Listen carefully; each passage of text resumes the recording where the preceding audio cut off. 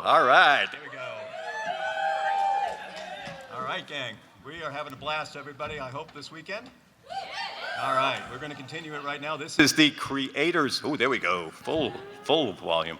This is the creators panel. My name is Kevin Bachelder, and I know we are all big fans of the characters on this show and the fandom and the universe, certainly, but these two folks that I'm going to bring up are the reason that we're all here. So they have helped to create this world, and we want to get a chance to talk to them a bit here today. So please welcome Emily Andras and Beau Smith.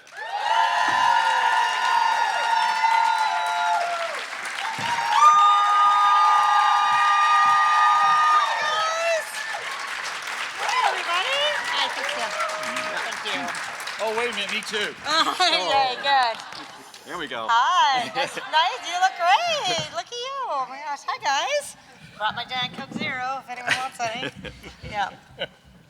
Hi, everybody. How's it going?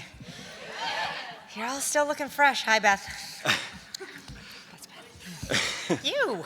Yeah, of course you. I think I'll marry her. She's lovely.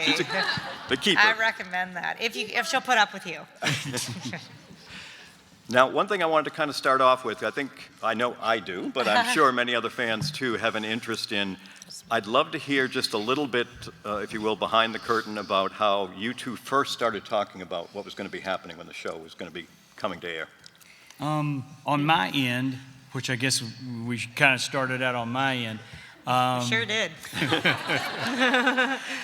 IDW Publishing, who publishes my comic, Wynonna Earp, and has for close to 15 years. Everything was set. We've got Sci-Fi's interested in it. They've got a showrunner. Her name is Emily Andras. I was familiar with Emily just from Lost Girls, so I knew that ahead of time.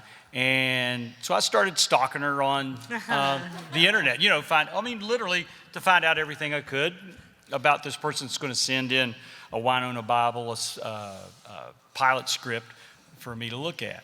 And IDW said, you got to be honest. Look at this. If it's not right, we're not going to do it. Be honest, and we'll see what's going to happen. So that came in. And guys, I got to be honest with you, as a writer, at least I can talk from my end in the comic book business, most people who have a comic book that's turned into a TV or a movie don't like the idea of somebody else messing with it. And I've been doing Wynonna Earp for 20 years. And in a room by myself, having it my way. I read it, and everything was turned over. I always wrote Wynonna Earp blonde. She was 40 to 45 years old at the top of her game in Black Badge, and strong and everything else. But I felt at that point in the 90s, women 40 to 45 weren't being represented, and I wanted to, let's have an interesting woman. Amazing. You're welcome. Amazing. So I read it, and it was nothing like the comic. Not only did she not have blonde hair, she had brown hair. That's a small point, but everything else was just, and man, she's a screw up. She's doing all kinds of, I'm used to writing Wynonna Earp, she's in charge and she's taking, everyone's obeying her commands. So I read that and I set it aside. I read everything. I said, I'm gonna set this aside for one day. And then I started thinking, during that day, I'd taken Wynonna Earp everywhere possible for 20 years.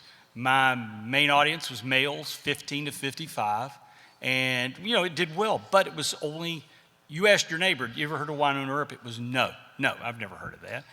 And I knew to get to the next level, to get worldwide, to get new eyeballs on it of people that needed to read it, in my opinion, needed to read it, it's gonna have to be different. And there were only two things that I asked to be changed on that, and they told me, yes, those were changed, but and they now I'm like, what are they? Oh, God, well, they never showed up. They never showed up. Oh, good. Oh, and I said, yeah, let's go. And then and I'm not saying this because Emily's up here and can kick my butt, but she did this flip-flop, this amazing flip-flop, and it worked. This stuff doesn't happen. It usually happens to guys in my business in the industry when they're 20, 25. It doesn't happen when you're 61, 62, whatever I was at that point. That doesn't happen. That's way out of line. And she took it all, turned it around, and you guys are the result of what happened. She took that, changed it around, and put it in front of readers that appreciate a character I created 20 years ago and had been writing that I wasn't able to reach. I mean, that's like, what if Wayne Gretzky would have been born in Atlanta, Georgia? We never would have had this great hockey player, more than likely. So she's taken this character that I've always believed in. She believed in it, this, from looking at this, and she gave it to the rest of you. And it's an onion in reverse, where in the fact she added all these layers she gave me and was gracious enough to let me use them in the comic book, whether it's Waverly, Dolls, Doc Holliday, Nicole. I got to use, and the new Wynonna, the younger Wynonna Earp, I got to use them. And it made me look better, and trust me, when I look in the mirror, I need to look better. And she did this, and she graciously did this. I mean, contractually, I don't have a lot of say-so, but she made sure I got to see the dailies every day. I come to the set every day. All they had to do was write a check. But no, I've been involved in all these conventions, all the other. That is rare, and you don't see that with a lot of other things, because I don't know, I mean, I'm not speaking for Emily, but as a writer, you know, sometimes you want, like, I wrote this, shove him out of the way, shove him out. And that has never happened. Emily and I, and she'll probably, I'm trying to wrap it up real quick. No, they're here for you. No, go. Have this wonderful opportunity to where you've got the TV version, you've got the comic book version. I never rehash or repeat what you've seen on TV episode-wise. She does not do that in for the comics. So you get the same characters and you get different versions. It's what I call professional fan fiction. So, and it's worked out wonderfully. I mean, I can attest to this because she's taken Wynonna Earp, a character that is very, very dear to me, and I've got to see it become something even more. So it's become global. And again, I had guys 15 to 55. Now I've got women on top of that, 15 to 55, from all walks of life, persuasion, and everything else. And it's incredible. And I'm very, very thankful for it. I don't want to get all weepy because I don't cry too well. But you guys, I mean, I've got a community. I don't have fans. I really don't. Wynonna Earp doesn't have fans. We got a community and family, and that's the way everybody treats each other. That's the way Emily, the cast, the crew have treated me, and that's pretty much, Kevin, how this ball of stuff started.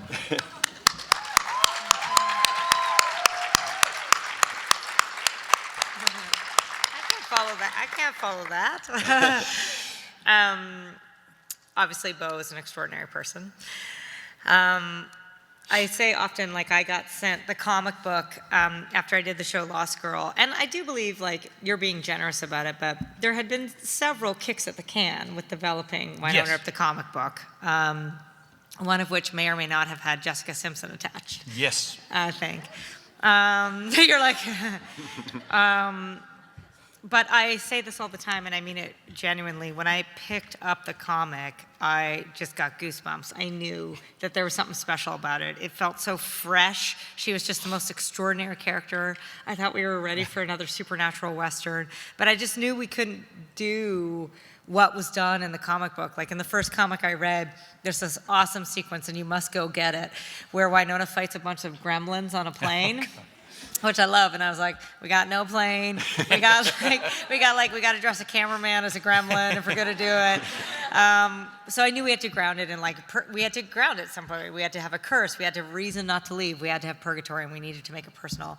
But Beau, just from the other perspective as a writer, Beau has been so extraordinarily generous about the way we have developed the world. And I'm sure there are some things that are differently than you would do, but what I like about what we've done so much is what you said, is if you love Wynonna Earp, please go buy the comics. It's just more of what you love. It's different stories. It's not competing universes. It's kind of like more of it, but different. And it's so, so, so delightful. It's more of what you love. So it has been just a complete joy to me. and obviously it worked. We're here today, but it was a fairly painless experience from my end. I thought you were always so open-hearted, and obviously you've adopted the cast, and now you're writing with them, and There's still one loose end to write with. I'm so intimidated. I'm so intimidated. She was my first choice, and I'm still trying to, she is a busy woman, though. I know. I would love to, but I'm going to hold you to that one well, day. we said it publicly. That's Okay. a binding contract. I would love to. Yeah, it's true. I would absolutely love to. I mean, I've had a couple of the peers who I've written with the cast members. They're going, oh yeah, it's fine. They go, don't write with the showrunner. And I said, what do you mean? Oh, they'll kill you. They'll show you up. And I said, No, I would no, never. I wouldn't. My serious words are, I hope so.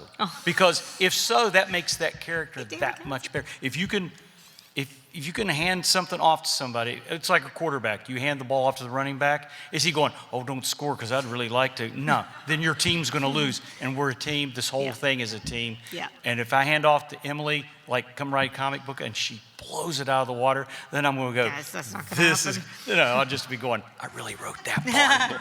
That'd be good. But it would also be nice to come. I'd love to come work for Beau, like in Beau's world, in Beau's playground. Like, you got to keep learning and trying. Like, I think it's intimidating. So, what's these pictures? You can do anything. What's the Gremlins on planes?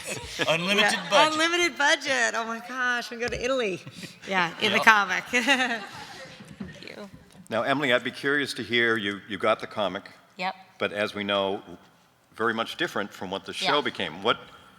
When you decided to develop that, kind of how did you approach, making decisions, what stayed, what changed, It's so boring. What was important to me, it's boring only because unfortunately it came down to money. I knew if it was Game of Thrones, I feel like Wynonna Earp would be more like the comic book, which would be an extraordinary, maybe we do a spinoff, Wynonna Earp 2.0, I would love it. With Wynonna actually going from county to county and from Tombstone to Egypt to fight huge demons all over the American West. I would love to do that. But I knew we were going to film in Calgary. I knew what the budget was. I knew we had to have a reason to stay, like you said. So because of that, it had to be personal. The relationships had to be good. A scene with the two Earp sisters in front of the fireplace crying had to hopefully be as compelling as the one where a tentacle attacks them. Because we were going to have a lot of character scenes, just purely, sorry to be so crass, because of budget. We just can't afford Game of Thrones battle sequences. And I was really so fascinated. What was important to me, and I hope I've captured it, and don't say so if I didn't, but just the spirit of this extraordinary woman and fighting evil and understanding the shades of gray that are so pervasive in the Westerns that I believe you grew up on, just the idea that, like, heroes write history so they get to say that they were the good guys. But, like, Wyatt Earp, for example, went back and forth with being deputized and being kind of a shithead. Like, it was kind of all like, but honestly, like, that's the truth, right? It was kind of like Doc Holliday has been both deputized and arrested for, like, murder many times. It kind of goes back and forth. So I just knew I really wanted to play in that playground and then take a traditional Western and reinvent it with untraditional roles was kind of what was important to me, to kind of take back the Western for 2016, I guess it was. But it had a lot of different... It had a lot of different flavors at the beginning, too. Like, you really see it in first season, to be honest. You see us trying to find our footing in the first 5 episodes, and so there was a lot of pushback, too. But, like, how funny is it going to be? Can women be funny? Stuff like that. What's Melanie going to be like? I just knew I wanted to capture the spirit of it, and I hope I have. And I hope that's why people come to the comics, too. It's just incredible. You hit on it. That was what made it for me, and the fact that Wynonna has, in the comic book 20 years ago to now, has the same fierce attitude, the same sarcastic attitude. It was like Emily reached into my head at that point and go, this is the part that needs to continue on. And it has the heart, because camaraderie and friendship and loyalty was always something in Wynonna comics before the television series that was the important. Relatability, likability, and the land of misfit toys. And that's the part that she transferred. And I think that's actually the part that it's not the special effects, it's not the snow, it's those characters, that loyalty and that camaraderie that Emily has taken and again thrown out to so many more eyeballs than I was getting in comics. And That's what I'm really thankful for, because she took Wynonna Earp as the character or the person herself and really didn't change that. She amplified it, turned the volume up a little louder, and got it out to more people. So man, that's a big deal to me. She's my pimp. Anytime. Now, you've mentioned, and we're aware that, as you said, we have storylines running on the TV show and in the comics. How do you two make sure you don't end up, oops, doing something similar? There's been occasions where I've bugged the crap out of No, Emily. that's not Emily, am I going to overstep here? And I got to be honest with you guys. I said this a couple times during the convention. In the comic book, I don't shy away from the way hot relationship. No. I do it, but I do it gingerly, no pun intended, because in the comic book, it's imprint, it's there. You can always refer back to it. On television, Emily seems to, and I'm putting words in, No, the please. relationship changes actually from episode to episode. And the texture of that relationship of those characters feels different all the time. I do not want to get in the way of something that to me is so important. So I take Waverly and Hot, I get to do in a way the fun version. And this way, Emily and them, I never step on anybody's toes. Part of my nightmare, and this has happened, I know she's not going to deny. I've done stuff where all of a sudden we're live tweeting or we're at a convention or this, all of a sudden DM Emily, oh, that means deep manure. No, it does not. And it's Beau, we can't talk about that yet. Oh, Beau, you shouldn't have said that. Oh, And not, no, and I don't want to, have that stuff happen because I respect her too much as a friend, but as a writer as well. So I do, the Way Hot thing, you'll notice it's everything you want, but I'm not going to screw up what is said on the television show. Doc, dolls, the rest of them, I'll do all kinds of awful things to them. Yeah, good. But that is, we talk about the stuff every one. Emily was a great help to me in season 0. Tim and I did. I said, I need something. We need something to go from. I said, is there anything? And she goes, look. She goes, the key around her neck. Talk about that. I don't know what we're going to do with that. The awful thing she did. What are we going to do there? She gave me 3 things to kind of choose and pick from, and I was going. I hung up the phone. And I thought, damn, does she know what she just gave me? A huge gift. I mean, as a writer, that's a big deal. So I appreciate that, and hopefully with the key, I think I did the right thing because awesome. she opened up something for me in the storyline that I'm doing that was just, this is going to be big. Yeah. So I love it. I don't know how it works on your end. Do you look at the comics beforehand to make sure? I look at the comics beforehand, but I hope I've never said don't do this in the comics. The only thing I feel like with season 0 is I remember they said they wanted to do, is it okay if I say this? They were like, could you do something to bridge season 1 and season 2? And I knew because we had ended with Waverly pointing the gun, I was like, we're literally going to pick up the second we end season 1, so there's no in between. If you had done a comic that had bridged season 2 and season 3, we could have done that. So I was like, Beau, I don't think we can do that. But then that's why it was such a gift with the key. I was like, I've got all this backstory for Wynonna that I could also never do justice for, like Wynonna riding with the banditos or what have you. I'm like, I would love to see some of that, and it's so much better served by the comic. It's like this delicious meal that's just like covered in delicious ass-kicking gravy.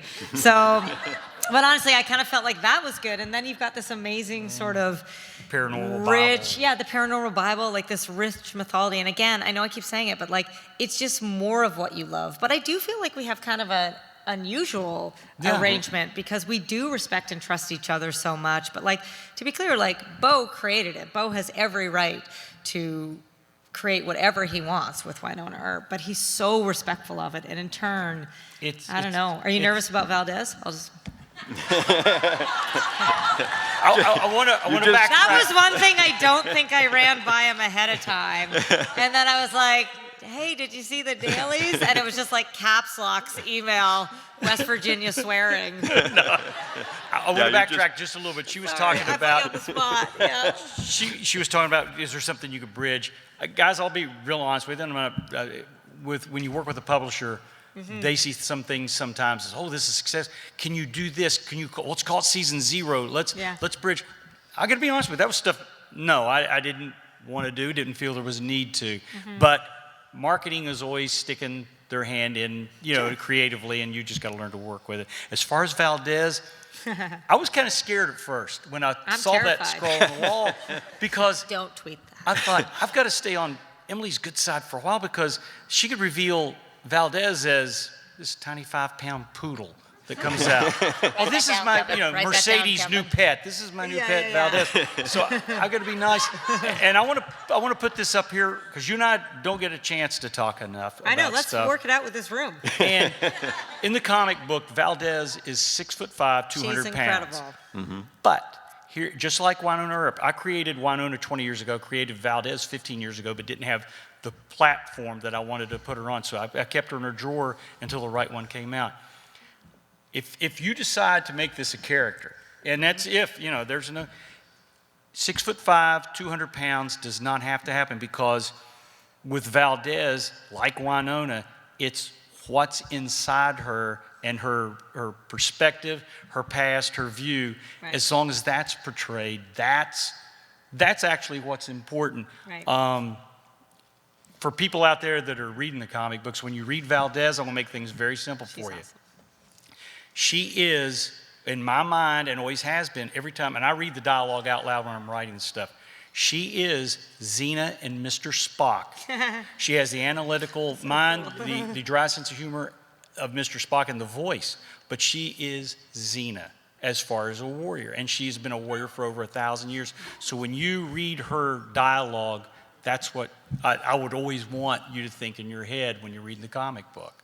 And that, if she's 5'4" and, then it's, everything she does, which is still amazing. It's like, Right. you're not quite as big as I thought you would Yeah, be. exactly. So I can write that line for sure. it's it's in safe hands. Because, the bottom line, if you really want to look at the bottom of the boot, I'll always have and continue to have Valdez, Wynonna, whatever the characters, in my comic book written the way that I'm going to write it. Same way with her in the television show. That will always be there. Luckily enough, we collaborate well together and respect what each other do. So, hey, what she does, Valdez could still end up a poodle, so we don't know. It could be like a scary poodle. Yeah. Yeah, they're kind of scary. But I was seriously thrilled You're so to generous. death to see Valdez named. The wristband Valdez is coming. She I is was coming. just, I don't even want to describe in this room what I felt, because it seemed creepy and pervy. But seriously, I was thrilled to It's a safe death. space. I was unhappy. Beth was at work that day because I needed to tell somebody right then. And I could call buddies up, but physically face to face. So I looked down at my dog Cobb and said, "Valdez is coming." And What did Cobb do? he looks at me like, "Time for a treat." I'll listen. That's a treat. Yeah, for me it was. So. Oh, good. We don't have much time left in the panel, but we do have time for one or two questions. If a couple folks, just only a couple of folks, real quick while you're lining up. We'll talk real fast. Yeah, there we go. Enough leasing. Go right ahead. Can you hear me? Okay. Yep. This is a question for Emily because I'm more familiar with the show. But you have a lot of themes. Women kick ass, family's important. Yep. If you get knocked down, stand up, keep fighting.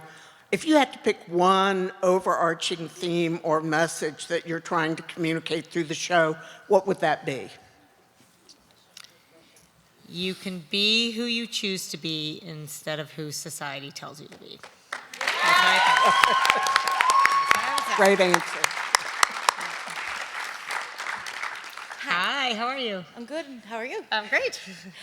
One of my favorite moments in the series was Mama Earp and Wynonna in the jail cell, Oh, because it's so funny. they have this great moment. It's almost like a throwaway where they've both given up their children. Yeah. And I just wanted to know, what was it like, or the writing process for that scene? What was like? Was there an overarching process to what you wanted to convey through that scene where they're just together, the two women and whatnot? It's interesting because I think Wynonna has so many expectations about her mother, and also we have so many expectations about Mom Earp because of the stories we've heard about her, which is that she basically abandoned 3 young girls with their demon hunting, borderline, or maybe not borderline, alcoholic father. Like, that's a lot of judgment on that mom, right? I think that secret of baby Alice, and I think it will continue to be the secret about dolls, to be honest, is that it's those things that make us who we are that are always in the back of our mind, you know? Like, we're not going to be talking about looking for baby Alice all the time because we got her to safety and Dolls has been mourned, but he really helped Wynonna become who she is. But it's those things that are always with you, always with you. And I wonder how long Wynonna had been waiting to tell her mom about this. And whatever her feelings about her own mother, I'll get emotional. Like, there must have been so many times when she wishes she could just said, am I doing the right thing? I like that vulnerability, and I liked kind of the way they're not quite looking at each other. Like, it's like some of the best conversations I've had with my mom, or now my kids, is in the car, because you're not actually looking at each other, so you can kind of be honest. Does that make sense? If someone's in the back seat, you can kind of be like, so anyway. I really love that scene. Those two are extraordinary together. So thank you. Yeah. Hey. Hey. So one of the many things that I love about Wynonna Earp, whether it's the show or the comics, is the villains. Okay, Constance Clutie. Right? Exactly. And that we have these sympathetic supernatural characters, and we have these humans that we hate. I mean, I'm thinking of Tucker specifically. I would love to know. Right? I would love to know from both of you what kind of your process of creating a villain that we just react so strongly to is. From my end, I'll bring up Bobo Del Rey. Oh, yeah. Bobo He created. comic. He's amazing. Yeah, I created him 20 years ago. He was always meant to be in the comic book. Wynonna's Doctor Doom, her constant, that came back. But I wanted to put a different spin on a villain, on a / vampire demon, in the fact that they were, I'll put it in this cliche, they were trailer trash. They lived in the desert. They were drug runners, gun runners, and pretty evil. I mean, these were, demons. But each monster, each bad guy doesn't truly think they're bad. Mm-hmm. They're just, this is the way I want it. This is the way it should be. But to make that, keep it from being cardboard, I made Bobo Del Rey had an incredible fascination with the Andy Griffith Show. So, it's really fun. I mean, that was his little quirk to where someone reading that would thought, even though he was talking about selling drugs and doing this, they're going, oh. And they kind of smile that he likes the Andy Griffith Show. So that gives them that one little spark going, well, maybe there's something good in him. Maybe we'll see something. So just trying to add those little things. And now in the future, I would have made it Corner Gas, which is my favorite, so one of my favorite shows. And it's the modern day Seinfeld, Andy Griffith Show. But so just adding a spark that they don't always think they're bad. And some truly are, but they're not Shakespearean, the die is cast, I will kill you now. They don't have to talk like that all the time. Mm-hmm. I always imagine Justified, the TV show Justified, was a perfect example of how you do really good bad guys, where they're also human, misguided, a little astray. Yeah. I agree. I think Michael Eklund talks about this a lot too. He says, like, Bobo doesn't think he's bad. Bobo is doing all this for love, and like all these idiots are in his way, right? Like, again, and then knowing Bobo's history as Robert Svein, on the show at least, you realize that like he's a victim, but the victors write history. The heroes get to say they were heroes, right? So, but then occasionally I think it's important to have a villain who is a monster, who is unknowable. Do you know what I mean? I think it's okay to have someone who's like, maybe a bit like Tucker, like, he doesn't care that he's bad. I think occasionally you need someone like that. So, thank you.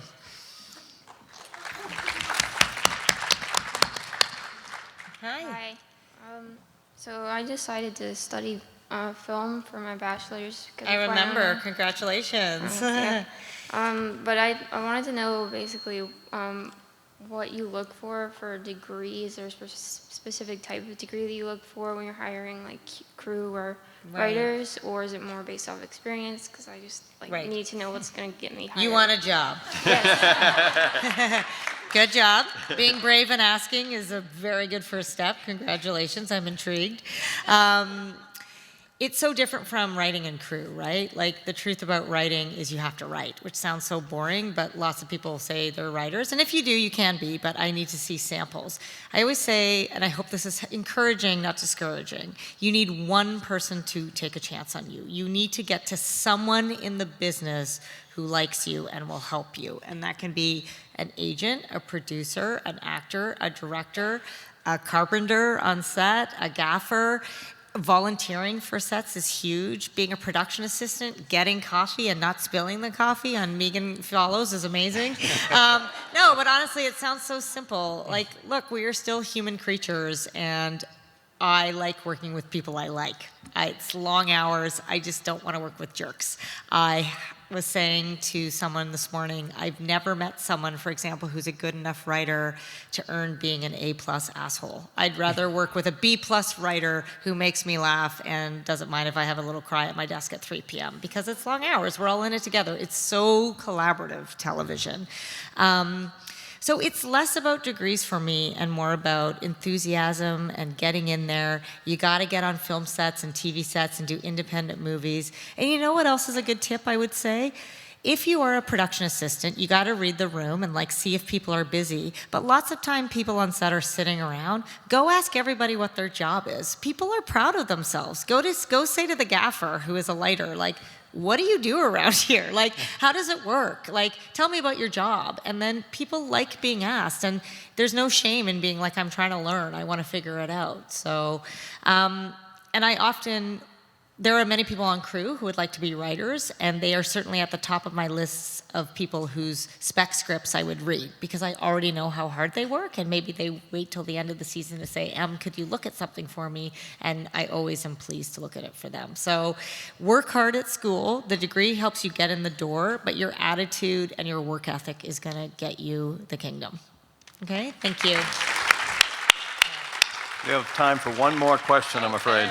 Just one more. Sorry, folks. Me, my question? Sure. Do you know that I've been the last person for each time I've been trying to ask this question? This is your moment. Okay, so this is the creator panel, so like there's a lot of people out there who write fan fiction. Woo! I know you can't read it, I know you won't read it, it's probably like whatever, but I can't read it for legal reasons. Does everyone get it? Like yeah, we totally get it. If you have mermaids in your script and in your fan fiction, which is great. Way hot mermaid script. Everyone immediately started. Waverly is a siren. Nicole is by the lake. It's great. It writes itself. But if I already have that episode coming up, I would die if someone ever thought I stole their idea. Do you know what I mean? And also, I'm just like a snob about it because it's my own work. I would read fan fiction of other shows because I'm less close to it, right? In the same way, Beau might be like, well, that's not how Bobo Del Rey talks. It's hard when it's your own babies. But I completely interrupted you. Please continue. I'm not here to convince you to read it, but Okay. I know that there's probably many people out here who have read multiple Way Hot and Wynonna Earp fan fiction. Yep. And one of the characters, who's a very small I know where character, you're going. yes, who's a very Get very ready. small character in the show, but is a huge character in fan fiction, is Chrissy Nedley. Yes. Y'all keep surprising me. I'm like, and then She's all the like people ride asking- or die for Waverly, and in a lot of them, she's like Nicole's pal. I mean, come on, when are we getting? When is the Chrissy Nedley series? Adventures of Chrissy Nedley.